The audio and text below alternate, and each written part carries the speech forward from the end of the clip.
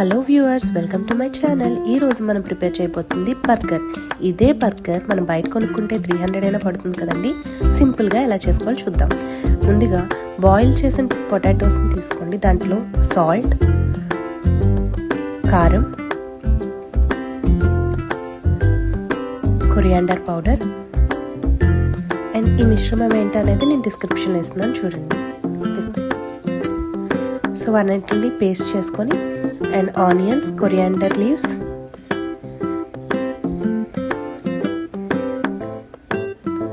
And chilli flakes,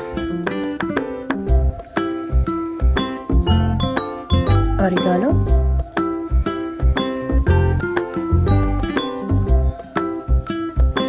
నేనైతే ఈ brand తీసుకున్నానండి. మీకు నచ్చినట్లయితే మీరు ఏ బ్రాండ్ కావాలన్నా తీసుకోవచ్చు. వీటన్నిటిని బాగా మిక్స్ చేయాలి. అండ్ నేను కొత్తిమీర అనేది కొంచెం కట్ చేయకుండా తీసుకున్నాను. మీరు కట్ చేసి కొంచెం తీసుకోండి, సో దట్ మీకు కొంచెం మంచిగా మిక్స్ అవుతుంది. సో తీసుకున్న ఆ ముద్ద చూసారా, అది కొంచెం ఒక రౌండ్ షేప్లో అవ్వాలి. అప్పుడు మీకు గట్టి పడినట్టుగా అవుతుంది. అండ్ ఇది ప్రిపేర్ చేసిన తర్వాత కూడా మనం ఫ్రిడ్జ్లో అనేది ఉంచుకోవాలి ఒక 2 hours అయినా. సో చూసారు కదా, బిఫోర్ ఫ్రిడ్జ్లో పెట్టకముందు ఇది ఇలా ఉంది. నేను కలిపిన వెంటనే చూపిస్తున్నాను. సో దాన్ని అలా రౌండ్ చేసి మనం గారెలు కానీ వడలు కానీ ఎలా అయితే ఏ సైజులో అయితే వేసుకుంటామో ఆ సైజులో దాన్ని షేప్లో చేసి దాన్ని బ్రెడ్ మిక్స్లో బ్రెడ్ యొక్క పౌడర్ ఉంది చూడండి పక్కనే, దాంట్లో బాగా బ్రెడ్ అంతా స్ప్రెడ్ అయ్యేలాగా చూసుకొని దాన్ని పక్కకు తీసి పెట్టాలి. చూసారు కదా, పౌడర్ని అంతా ఈవెన్చువల్గా కొంచెం బాగా స్ప్రెడ్ చేయాలి. చేసిన దాన్ని పక్కన పెట్టేస్తున్నాను. ఇప్పుడు ఏదైతే నేను 3 చేశాను కదా, దాన్ని నేను ఫ్రిడ్జ్లో పెట్టుకుంటాను. ఇప్పుడు ఒక ప్లేట్లోకి ఆనియన్స్, టమాటోస్ అండ్ లెటస్ తీసుకొని ముందుగా ఫ్రిడ్జ్లో పెట్టుకున్న వాటిని కూడా తీసుకున్నానండి. ఒక ప్యాన్ మీద ఆయిల్ వేసుకొని తవా ఫ్రై అనేది చేస్తాం. చూసారు కదా, నేను 4 pieces వేస్తున్నాను ప్రజెంట్. మీ అవైలబిలిటీని బట్టి మంచిగా చేసుకొని మంచిగా గోల్డెన్ కలర్ వచ్చినంత వరకు వేపండి వాటిని.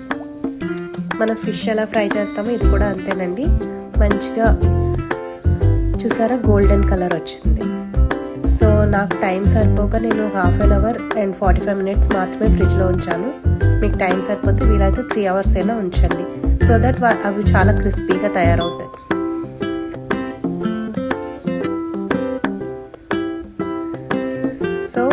ఇవి మీకు పీసెస్ కింద అవ్వకుండా ఉండాలి, గట్టిగా రావాలి అంటే ఖచ్చితంగా వేయాలి. ఇప్పుడు ఒక బర్గర్ బ్రెడ్ని తీసుకొని అదే తవా మీద ఫ్రై చేస్తున్నాం.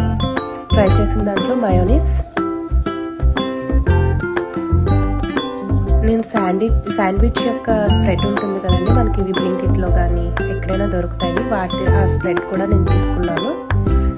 తీసుకున్న దాన్ని మొత్తం అంతా స్ప్రెడ్ చేశాను అనమాట, మయోనీస్ని అండ్ శాండ్విచ్ స్ప్రెడ్ అన్ని. వీటి వల్ల మనకు కొంచెం టేస్ట్ అనేది అనిపిస్తుంది. సో ఎక్కువైతే తినద్దు.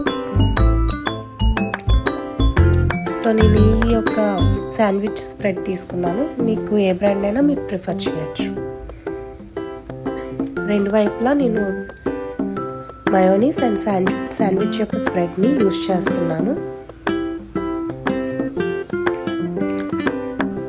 సో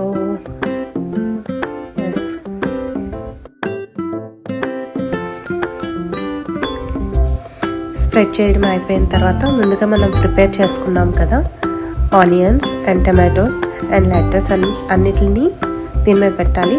ముందుగా నేనైతే లెటస్ని పెట్టాను. తర్వాత ఏదైతే మనం ఫ్రై చేసుకున్నామో తవా ఫ్రై వాటిని కూడా పెట్టాలి. టమాటోస్ అండ్ ఒక ఆనియన్ తీసుకున్నాను.